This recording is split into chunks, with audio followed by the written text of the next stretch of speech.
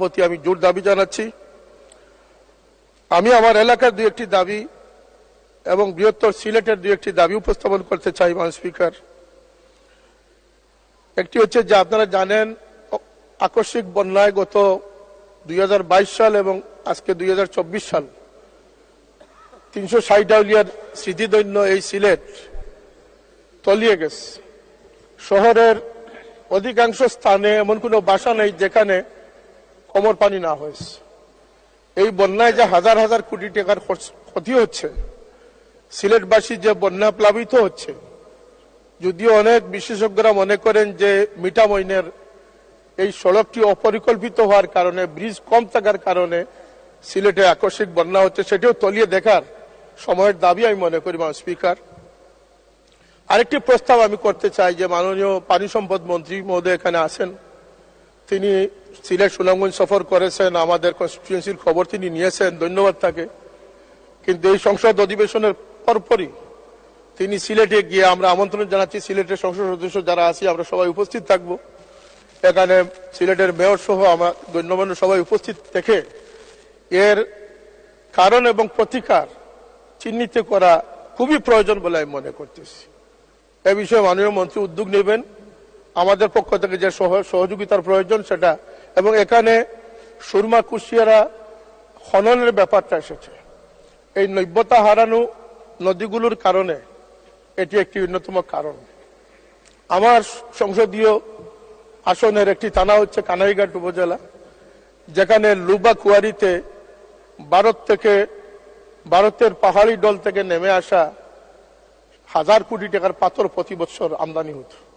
এ থেকে সরকার 25-30 কোটি টাকা রাজস্ব আদায় করত। এটাকে সুনিয়ন্ত্রিত করলে 100 কোটি টাকা রাজস্ব আদায় করা সম্ভব হবে। এই পাথর কুয়ারিতে হাজার কোটি টাকার পাথর জব্দ করে রাখা হয়ে গেছে। কোন কারণে সেটা আমি সংসদ সদস্য, আমি এটা বুঝতে পারতেছি না। আরেকটি কারণ হচ্ছে যে আজকে প্রায় 5 বছর যাবৎ এখানে পাথর উত্তোলন বন্ধ করা হয়েছে।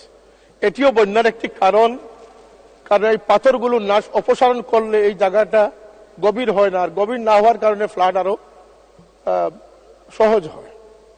সুতরাং এখানে আশ্চর্যের বিষয় মাননীয় স্পিকার, এখানে 8-10 লক্ষ শ্রমিকের রুটি রুজির ব্যবস্থা রয়েছে। আমরা জনবান্ধব হিসাবে, জনগণের প্রতিনিধি হিসাবে আমাদের দাবি থাকবে যে আমার 8 লক্ষ মানুষের কর্মসংস্থান কি কারণে বন্ধ? এটা তো প্রাকৃতিক সম্পদ, এটা আপনি না উঠালে আর আসবে না। এটা প্রতি বছর আপনি অপসারণ করলে তারপরে এই শূন্যস্থানটা পূরণ হবে। এটি একটি সহজ হিসাব, সহজ ইকোনমি। এটা কি কারণে বন্ধ আমরা সেটা জানি না, এটার ব্যাখ্যা আমরা জানতে চাই। এই দাবি।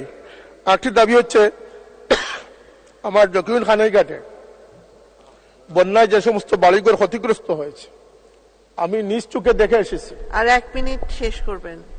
আমি নিজের চোখে দেখে এসেছি মাননীয় স্পিকার, এই পানি উন্নয়ন বোর্ড কুশিয়ারাতে যে ডাইক নির্মাণ করেছিল, এই ডাইকগুলো অতি দুর্বল। এই নদীর এলাকাবাসী যারা আছেন নদীর পার্শ্ববর্তী, তারা রাত্রে পাহারা দেয়, তারা মাইকিং এর ব্যবস্থা রাখে, কখন জানি ডাইক ভেঙে যাবে। কিছু বাড়িঘর আছে যেগুলোকে নিশ্চিহ্ন করে ফেলেছে, এগুলোকে আমাদের পুনর্বাসন করতে হবে। আমি টিন এবং গড় নির্মাণের জন্য, এই পুনর্বাসনের জন্য বিশেষ বরাদ্দ কামনা করতেছি। আমার শেওলা জকিগঞ্জ রাস্তা